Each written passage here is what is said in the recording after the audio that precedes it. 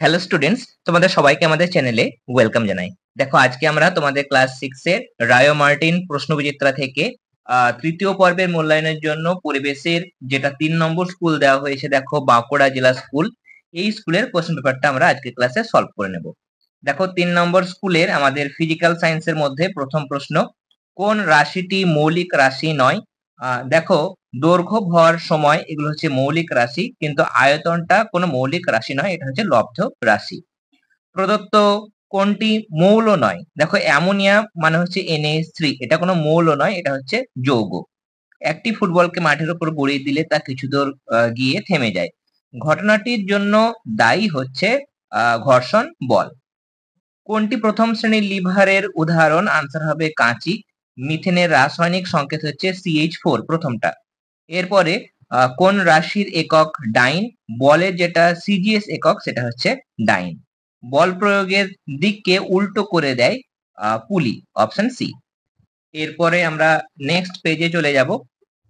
দেখো, এখানে SI তে আলোর তীব্রতার যেটা একক সেটা হচ্ছে ক্যান্ডেলা। বাস্তুতন্ত্রে শক্তির প্রবাহ সর্বদা একমুখী হয়। কোনটি চৌম্বক পদার্থ নয় বলেছে, মানে চুম্বক দ্বারা আকৃষ্ট হয় না বা যাকে চুম্বকে পরিণত করা যায় না। এখানে আনসার হচ্ছে অপশন সি। এরপরে 2 এর দাগের প্রশ্নগুলো সলভ করে নেব। প্রথম প্রশ্ন, অনবীকরণযোগ্য শক্তির উৎস বলতে কি বোঝায়? দুটি উদাহরণ দাও। পেজ নাম্বার 187 রায়মার্টিন থেকে দেখাচ্ছি। দেখো, যেসব শক্তির উৎস ব্যবহারের ফলে একবার নিঃশেষিত হয়ে গেলে আর সেটি পূরণ করা সম্ভব হয় না, তাদের অনবীকরণযোগ্য শক্তির উৎস বলে। মানে সেগুলো একবার যদি ফুরিয়ে যায় তাহলে সেটা আর পূরণ করা সম্ভব হয় না। কেমন? যেমন দেখো, কয়লা, পেট্রোলিয়াম, প্রাকৃতিক গ্যাস এগুলি হলো অনবীকরণযোগ্য শক্তির উৎস। এর আরো নাম আছে, দেখো, প্রচলিত, চিরাচরিত শক্তির উৎস, যে কোনো ভাবে তোমাদের সংজ্ঞা দিতে পারে। কেমন? এরপরে নেক্সট বলছে, দেখো, প্রথম শ্রেণীর লিভার কাকে বলে? চিত্রের সাহায্যে বুঝিয়ে দাও। প্রথম শ্রেণীর লিভার কাকে বলে? লিখবে, যে লিভারে আলম্ব বিন্দুর একদিকে ভার আর অন্যদিকে প্রযুক্ত বল ক্রিয়া করে তাকে প্রথম শ্রেণীর লিভার বলে। মানে AB একটা প্রথম শ্রেণীর লিভার, যেখানে C, মাঝে যে বিন্দুটা C সেটা হচ্ছে আলম্ব। এরপরে বলেছে A বিন্দুতে প্রযুক্ত বল P আর B বিন্দুতে ভার বা বাধা যেটা W সেটা ক্রিয়াশীল। মানে এখানে A বিন্দুতে P বল এবং B বিন্দুতে বাধা যেটা সেটা W কাজ করছে। লিভারটির বল বাহু AC, রোধ বাহু BC। বল বাহু কোনটা? দেখো, এটা AC হচ্ছে বল বাহু আর BC হচ্ছে রোধ বাহু। তাহলে এরকম ভাবে তোমরা এই চিত্রটাও দেবে সংজ্ঞার সঙ্গে, আর উদাহরণ দেবে। এখানে কাঁচি, সাঁড়াশি বা বেলচা, সাধারণ তুলা যন্ত্র, এগুলো হচ্ছে প্রথম শ্রেণীর লিভারের উদাহরণ। এরপর দেখো, মৌলিক রাশি ও লব্ধ রাশির মধ্যে পার্থক্য লেখো। এটা তোমরা পেয়ে যাবে রায়মার্টিনের 159 পেজ, তোমরা ওপেন করো। এখানে দেখো, মৌলিক রাশি এবং লব্ধ রাশির পার্থক্য দেওয়া হয়েছে। যেসব ভৌত রাশি পরস্পরের উপর নির্ভরশীল নয় তাদের মৌলিক রাশি বলে, দৈর্ঘ্য, ভর, সময় ইত্যাদি। আর লব্ধ রাশি মৌলিক রাশির সাহায্য নিয়ে গঠিত, যেমন হচ্ছে বেগ, আয়তন, ঘনত্ব। এরা, দেখো, মৌলিক রাশির এককগুলি মূল বা প্রাথমিক একক, আর লব্ধ রাশির এককগুলো হচ্ছে লব্ধ একক। এগুলোর সংখ্যা কত? SI পদ্ধতিতে মৌলিক রাশির সংখ্যা 7টি আর লব্ধ রাশি অসংখ্য। মৌলিক রাশিকে আর সরলতর অংশে ভাঙা যায় না, আর লব্ধ রাশি যেহেতু এক বা একাধিক সমজাতীয় বা আলাদা আলাদা মৌলিক রাশি নিয়ে গঠিত, তার জন্য একে ভাঙা সম্ভব। পরের প্রশ্ন, উদ্ভিদের বৃদ্ধি কোন যন্ত্রের সাহায্যে পরিমাপ করা যায়? অক্সানোমিটার বা আর্ক অক্সানোমিটার। এর সাথে প্রশ্ন আছে, একটি বলের ক্ষেত্রফলের মান নির্ণয়ের সূত্রটি লেখো। টেক্সট বুকের 68 পাতায় দেওয়া হয়েছে ক্ষেত্রফল মানে পাই ইন্টু ব্যাস ইন্টু ব্যাস। তাহলে এখানে ক্ষেত্রফল লেখার পরে তোমরা সমান চিহ্ন দিয়ে কি লিখবে? পাই ইন্টু ব্যাস ইন্টু ব্যাস। পরের প্রশ্ন, সালফার ট্রাইঅক্সাইড, হাইড্রোজেন সালফাইড এবং কার্বন মনোক্সাইডের সংকেত লেখো। সালফার ট্রাইঅক্সাইড মানে সালফার 3টে আছে, মানে সালফারের সঙ্গে অক্সিজেন 3টে আছে। কেমন? মনোক্সাইড মানে অক্সিজেন একটা থাকবে, ডাইঅক্সাইড মানে 2টো থাকবে, ট্রাইঅক্সাইড মানে 3টে থাকবে। হাইড্রোজেন সালফাইড মানে হচ্ছে H2S। কেমন? আর কার্বন মনোক্সাইড মানে CO। গতিশক্তি থেকে তাপ শক্তিতে রূপান্তরের একটি উদাহরণ দাও আর বল প্রয়োগের দুটি প্রভাব লেখো। গতিশক্তি থেকে তাপ শক্তির রূপান্তর, ছুরি, কাঁচি প্রভৃতি শান দেওয়ার সময় আগুনের ফুলকি বের হয় এবং বস্তুগুলি উত্তপ্ত হয়ে ওঠে। এটার পেজ নাম্বার হচ্ছে 179। এটা তোমরা লিখবে। এটা হচ্ছে গতিশক্তি থেকে তাপশক্তির একটি রূপান্তরের ঘটনা। বল প্রয়োগের দুটি প্রভাব বলা হয়েছে। একটি প্রভাব লিখবে যে স্থির বস্তুর ওপর বল প্রযুক্ত হলে সেটি গতিশীল হয়। যেমন টেবিলে রাখা বইকে হাত দিয়ে ঠেলা দিলে বা চেয়ারকে হাতল ধরে টানলে সেটি গতিশীল হয়। এরপরে 2 নম্বর লিখবে যে প্রযুক্ত বল গতিশীল বস্তুকে স্থির অবস্থায় আনে বা তার গতিকে কমাতে চায়। যেমন একটি গতিশীল বাইসাইকেলে ব্রেক কষলে প্রথমে তার গতি হ্রাস পায়, মানে প্রথমে তার গতিটা কমে যায় এবং শেষে একসময় সেটি স্থির হয়ে থেমে যায়। দুটি প্রভাব বলেছে, দুটি প্রভাব তোমরা লিখবে। পরের প্রশ্ন, কিভাবে যন্ত্রের পরিচর্যা করবে? 3টে পয়েন্ট। দেখো, যন্ত্রের যে অংশ চলমান বা ঘূর্ণায়মান, যেখানে ঘর্ষণটা বেশি হয় সেই জায়গাটা বেশি ক্ষয় হয়। তার জন্য ঘর্ষণ কমাতে ওখানে কি করতে হবে? পিচ্ছিল তেল বা গ্রিজ লাগানো উচিত। যেমন আমরা তেলের বিভিন্ন মানে চেন গুলোতে কি করি? তেল লাগাই, তাই না? 2 নাম্বার হচ্ছে যে লোহার তৈরি যন্ত্র বা যন্ত্রাংশ জলীয় বাষ্পের থেকে রক্ষা করা দরকার। তা না হলে কি হয়? মরচে বা জং পড়ে যায় এবং ক্ষতিগ্রস্ত হয়। তেল রং বা সিনথেটিক এনামেল করেও মরচের হাত থেকে লোহার যন্ত্র বা যন্ত্রাংশকে রক্ষা করা যায়। আর কাজের পর যন্ত্রের নিয়মিত পরিষ্কার করে রাখা দরকার। পরের প্রশ্ন, কোন মিশ্রণে লবণ ও লোহার গুঁড়ো মিশে থাকলে কিভাবে লোহার গুঁড়ো ওই মিশ্রণ থেকে আলাদা করবে? যখন দেখবে যে মিশ্রণে এমন দুটো পদার্থ আছে যাদের মধ্যে একটাকে চুম্বক আকর্ষণ করে, তখন চুম্বকের সাহায্যে তাদের আলাদা করা যায়। এখানে তোমরা যেমন দিয়েছে যে লোহার গুঁড়ো এবং তার সঙ্গে লবণ, তাহলে তোমরা লিখবে যে লোহার গুঁড়ো এবং লবণের মিশ্রণের উপরে একটি চুম্বক ধরা হলো। দেখা গেল নুন ও লোহার গুঁড়োর মিশ্রণ থেকে শুধুমাত্র লোহার গুঁড়ো চুম্বকের গায়ে লেগে যায় এবং লেগে যাওয়ার ফলে কি হয়? তোমরা লিখবে যে পরে সেই চুম্বকের গা থেকে লোহার গুঁড়োকে আলাদা করা যায় এবং নিচে শুধুমাত্র কি পড়ে থাকে? কাগজের মধ্যে তুমি হয়তো নিয়েছিলে, পরীক্ষা করছিলে, তাহলে নিচে কি হবে? শুধুমাত্র নুনের মানে লবণ পড়ে থাকবে। নিজের ভাষায় লিখবে যে একটি কাগজ নিয়ে কাগজের উপর লবণ এবং লোহার গুঁড়োর মিশ্রণ রাখা হলো। এরপর একটি শক্তিশালী চুম্বক নিয়ে তার ওই মিশ্রণের উপর সমানভাবে ঘোরানো হলো। এর ফলে ওই মিশ্রণ থেকে লোহার গুঁড়োগুলো চুম্বকের গায়ে আটকে গেল এবং লবণগুলো কাগজের মধ্যে পড়ে থাকলো। এভাবে লবণ এবং লোহার গুঁড়োকে চুম্বকের সাহায্যে আলাদা করা যায়। এরপরে আনত তল কি? লিখবে, দেখো 277 পাতায় আছে। কোন সমতল পাটাতনকে অনুভূমিক না রেখে ভূমিতলের সঙ্গে যে কোনো সূক্ষ্মকোণে রাখলে যে যান্ত্রিক ব্যবস্থা গঠিত হয় তাকে নততল বলে। মানে এরকম ভাবে না রেখে, মানে এরকম ভাবে একদম পুরো অনুভূমিক না রেখে কিছুটা হেলিয়ে যদি রাখা হয় কোন একটা সূক্ষ্মকোণে, সূক্ষ্মকোণ মানে 90 ডিগ্রি থেকে কম, এই যে কোণটা আছে সেটা 90 ডিগ্রি থেকে কম, তার থেকে যদি কম কোণে রাখা হয় তাহলে সেই যে তলটা তৈরি হচ্ছে সেটাকে আমরা বলবো নততল। এর সাথে প্রশ্ন আছে, পেরেক এবং স্ক্রু এর মধ্যে কোনটি কাঠের ব্লকে বেশি শক্তভাবে বসে থাকবে? কাঠের ব্লকে পুঁতে দেওয়ার পর স্ক্রুটি কাঠের ব্লকে বেশি শক্তভাবে বসে থাকবে। তার কারণ কি? স্ক্রু এর সুবিধা পেরেকের চেয়ে অনেক বেশি। তার কারণ স্ক্রু এর গায়ে কি থাকে? ধাতব প্যাঁচ থাকে, যা আসলে কি এক একটি নততল। নততলে যান্ত্রিক সুবিধার কারণে কম বল প্রয়োগ করে স্ক্রুকে তক্তার মধ্যে প্রবেশ করানো যায়। এছাড়া স্ক্রু এর প্যাঁচানো অংশটি ধারালো বলে সহজে স্ক্রু ড্রাইভারের সাহায্যে ঘুরতে ঘুরতে কাঠে বসে যায়, ফলে ব্লকটি ফেটে যাওয়ার সম্ভাবনা থাকে না। কিন্তু পেরেক পুতলে একদিকে যেমন অনেক বেশি বল প্রয়োগ করতে হয়, তেমনি হাতুড়ির ঘায়ে ব্লকটি ফেটে যাওয়ার সম্ভাবনাও থাকে। তাই কাঠের ব্লকে পেরেক পোতা অপেক্ষা স্ক্রু আঁটা অনেক সহজ। এই আনসারটা তোমরা পেজ নাম্বার 281 তে পেয়ে যাবে। এর সাথে প্রশ্ন আছে, ট্র্যাক্টর কি ধরনের যন্ত্র? সরল না জটিল? এটা হচ্ছে জটিল যন্ত্র। কেমন? এটা জটিল যন্ত্র। এরপর দেখো, চুন জলের উপাদানগুলির নাম লেখো। চুন জল মানে হচ্ছে কলিচুন, ক্যালসিয়াম হাইড্রোক্সাইড, CaOH2। তাহলে উপাদানগুলি কি কি? এর মধ্যে কি কি উপাদান থাকছে তোমরা লিখবে। প্রথম উপাদান হচ্ছে ক্যালসিয়াম। ক্যালসিয়াম থাকে, যার চিহ্ন হচ্ছে Ca। এছাড়া তোমরা দেখতে পাচ্ছ অক্সিজেন, তাহলে লিখবে অক্সিজেন, চিহ্ন হচ্ছে O। তার সাথে আছে হাইড্রোজেন।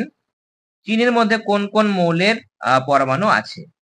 চিনির যেটা সংকেত সেটা হচ্ছে, প্রথমে সংকেতটা বলি, C12H22O11।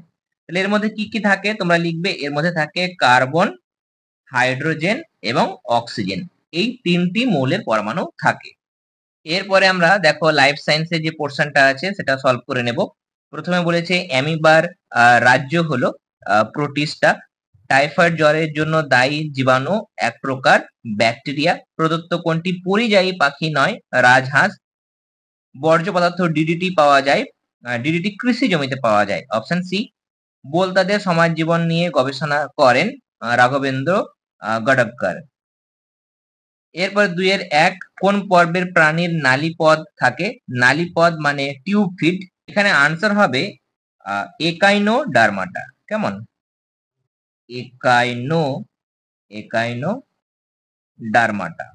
একাইনোডার্মাটার এক্সাম্পল তোমরা বলতে পারবে তারা মাছ। কেমন? তারা মাছদের ক্ষেত্রে এদের নালীপদ থাকে।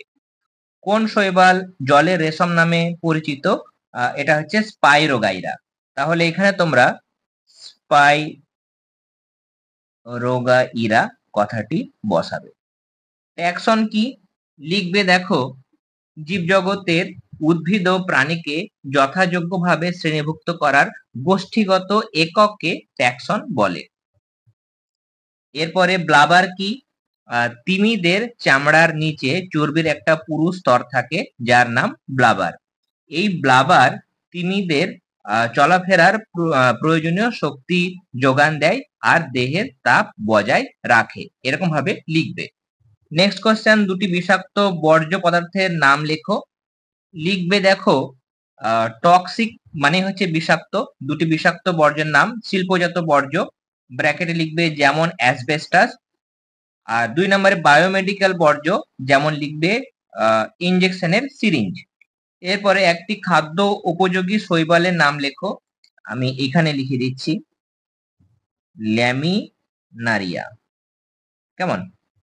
এরপরে দেখো শূন্যস্থান পূরণ দেওয়া হয়েছে। প্রথমে বলেছে যে ঝিনুকের বাইরে চারিদিকে ক্যালসিয়াম কার্বনেটের শক্ত আবরণকে কি বলে? এটাকে বলা হয় খোলস বা শেল বলে। মসের দেহের উপরের অংশে টুপির মতো দেখতে গঠনটি হলো, এটাকে বলা হয় ক্যাপসুল। কেমন? ক্যাপসুল বলা হয়। ভারতবর্ষে ফাইলেরিয়া রোগের বাহক হলো কোন মশা? কিউলেক্স মশা। কিউলেক্স মশা। ফেলে দেওয়া জিনিস থেকে নতুন কাজের জিনিস তৈরি করার পদ্ধতিকে কি বলা হয়? রিসাইকেল বলা হয়। কেমন? রিসাইকেল বলা হয়। এরপর আমরা ম্যাচিংটা করে নেব। দেখো চিংড়ি, এটা হবে আর্থ্রোপোডা 1 নম্বর। এককোষী ইউক্যারিওটিক, এটা হবে প্রোটোজোয়া, তাহলে এটা হচ্ছে 2 নম্বর। নেক্সট গোল কৃমি, এটা হচ্ছে দেখো নিমাটোডা, এটা 3 নম্বর। ব্রুড পাউচ, এটা হচ্ছে 4 নম্বর। 5 দাগের সংক্ষিপ্ত টিকা লেখো। প্রথমে বলা হয়েছে জীববৈচিত্র্য সংরক্ষণ। দেখো রায়মার্টিনের পেজ নাম্বার 294 দেওয়া হয়েছে। জীববৈচিত্র্য সংরক্ষণ মানে যে বৈজ্ঞানিক পদ্ধতিতে বিভিন্ন জীব প্রজাতিকে নিরাপত্তা প্রদান করা হয়, পরিমিত ব্যবহার এবং পুনরুদ্ধারের মাধ্যমে ধ্বংসের হাত থেকে রক্ষা করা হয়, তাকে জীববৈচিত্র্য সংরক্ষণ বলে। নানাভাবে করা যায়। দেখো একটা পদ্ধতি হচ্ছে ইন সিটু সংরক্ষণ, আর একটা হচ্ছে এক্স সিটু সংরক্ষণ। ইন সিটু মানে যে প্রাকৃতিক পরিবেশে কোনো একটা জীব, সেটা উদ্ভিদ হোক বা প্রাণী হোক, যে পরিবেশে জন্ম তার, যে পরিবেশে বড় হয়েছে, বংশ বিস্তার করে, সেখানেই যদি তাকে সংরক্ষণ করা হয় তাহলে সেটা হচ্ছে ইন সিটু সংরক্ষণ। যেমন বনের বাঘকে বনেই সুরক্ষিতভাবে সংরক্ষণ করা। আর এক্স সিটু মানে প্রাকৃতিক পরিবেশের বাইরে অন্য কোনো কৃত্রিম পরিবেশে যখন সংরক্ষণ করা হয় তখন সেটা হচ্ছে এক্স সিটু, যেমন চিড়িয়াখানা, উদ্ভিদ উদ্যান ইত্যাদি। এরকম ভাবে তোমরা টিকাটি লিখবে। 2 নম্বর দিয়েছে জৈব অভঙ্গুর বর্জ্য পদার্থ। প্রাকৃতিক পরিবেশে যে সমস্ত বর্জ্য পদার্থ সহজে ভাঙে না, মাটিতে মেশে না এবং পরিবেশে চক্রাকারে আবর্তিত হয় না, তাদের জৈব অভঙ্গুর বা নন বায়োডিগ্রেডেবল বর্জ্য পদার্থ বলে। যেমন মার্কিউরিক লবণ, ডিডিটি মানে ডাইক্লোরো ডাইফিনাইল ট্রাইক্লোরোইথেন, বিএইচসি মানে হচ্ছে বেনজিন হেক্সাক্লোরাইড, প্লাস্টিক, বিভিন্ন ধাতু প্রভৃতি। এটার পেজ নাম্বার 366। এরপরে মৌ নৃত্য লিখবে মৌমাছিরা যখন কোনো খাদ্যের উৎসের সন্ধান পায় তখন নানা রকম নৃত্যের মাধ্যমে বা নৃত্যের মহড়া প্রদর্শন করার মাধ্যমে খাদ্য উৎসের সন্ধান জানায়। মানে তারপরে লিখবে যে কার্ল ফন ফ্রিস এর মতে খাদ্যের উৎস মৌচাক থেকে 100 মিটার দূরত্বের মধ্যে হলে মৌমাছি যে বৃত্তাকার নৃত্য করে তাকে বলা হয় চক্রাকার নৃত্য। আর আরেকটা নৃত্য হচ্ছে ওয়াগটেল নৃত্য বা ওয়াগেল নৃত্য। কেমন? জার্মান প্রাণীবিদ কার্ল ফন ফ্রিসের মতে খাদ্যের উৎস যদি 100 মিটার থেকে বেশি দূরে হয় তখন ইংরেজি 8 অক্ষরের মতো নৃত্য করে। এটা হচ্ছে ওয়াগেল বা ওয়াগটেল নৃত্য। এবার দেখো এই নাচের মাধ্যমে মৌমাছি দুটি সংবাদ পায়। খাদ্যের উৎস এবং মৌচাকের দূরত্ব কেমন, মানে কতটা দূরত্বে আছে, আর মৌচাকের কোন দিকে খাদ্যের উৎস আছে, মানে সূর্যের উৎসের মানে যেদিকে সূর্যের আলো আছে সেই দিকে না প্রতিকূলে, কতটা অ্যাঙ্গেলে আছে, সবগুলো কিন্তু তারা ওই নাচের মাধ্যমে জানাতে পারে। তাহলে এখানে এই জায়গাটা লিখবে এবং তার সঙ্গে টিকা বলেছে যদি নাচের গুরুত্ব দেখো এখানে দেওয়া হয়েছে কিছুটা, এটা যদি সংক্ষেপে লিখতে পারো তাহলে তোমরা উল্লেখ করে দেবে। যদিও 2 নম্বর দিয়েছে, প্রথমটুকু লিখলেই হয়ে যাবে। এরপর দেখো 6 এর প্রথম প্রশ্ন, হোয়াইটেকার বর্ণিত 5 রাজ্য শ্রেণীবিন্যাসটি উদাহরণ সহ রেখাচিত্রের মাধ্যমে উপস্থাপন করো। বিজ্ঞানী হুইটেকার পুরো জীবজগৎকে 5টি রাজ্যে ভাগ করেছিলেন। এখানে দেখো যে ভাগগুলো দেওয়া হয়েছে, প্রথমে জীবজগৎকে প্রোক্যারিওটিক এবং ইউক্যারিওটিক, তারপরে প্রোক্যারিওটিকের মধ্যে পড়ছে মোনেরা, ইউক্যারিওটিকের মধ্যে পড়ছে এককোষী জীব এবং বহুকোষী জীব, এককোষীর মধ্যে প্রোটিস্টা, বহুকোষীকে আবার কোষ প্রাচীর যুক্ত এবং কোষ প্রাচীর বিহীন এই দুটো ভাগে ভাগ করা হয়। কোষ প্রাচীর যুক্তর মধ্যে পড়ছে ফাঙ্গি বা ছত্রাক, একটা হচ্ছে প্লান্টি, আর এখানে পড়ছে অ্যানিমালিয়া। তাহলে এরকম ভাবে রেখাচিত্র সাহায্যে তোমরা দেখাবে। এটা পেজ নাম্বার 295।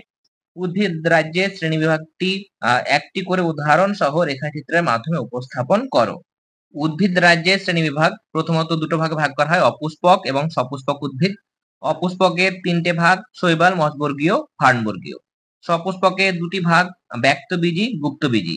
গুপ্তবীজীর আবার দেখো দুটো ভাগ আছে, একবীজপত্রী এবং দ্বিবীজপত্রী। তাহলে ছকের মাধ্যমে তোমরা এটা দেখাবে, পেজ নাম্বার 299।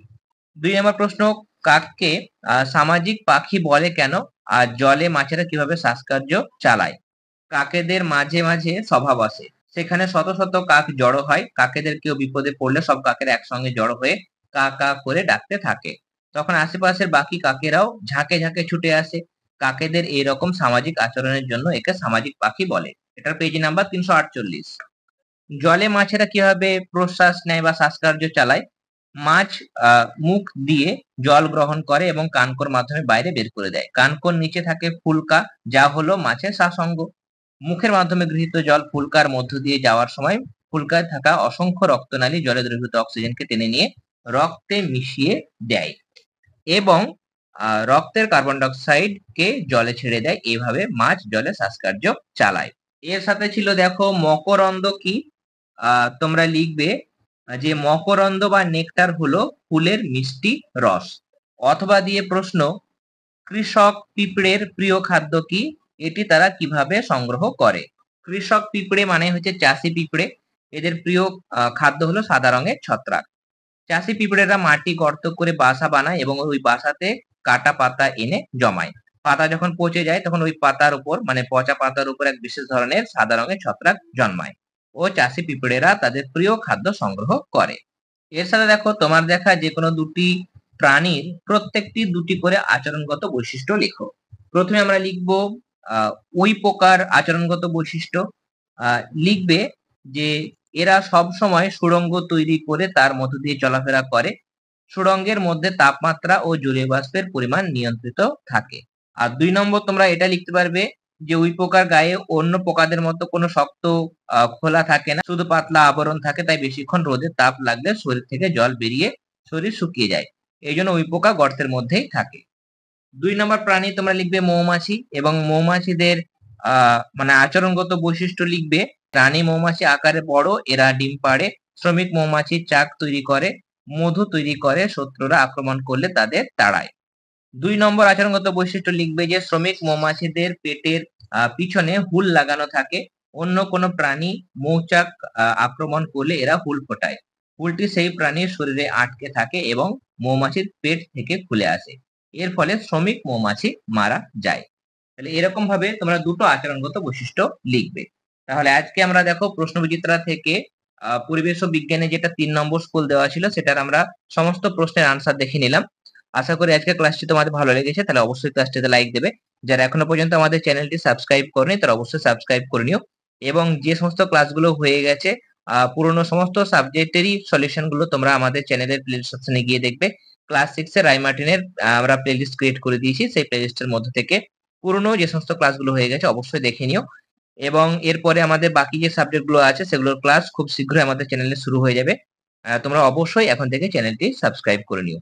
তাহলে আজকের ক্লাস এতটাই। তোমরা সবাই ভালো থেকো। All the very best.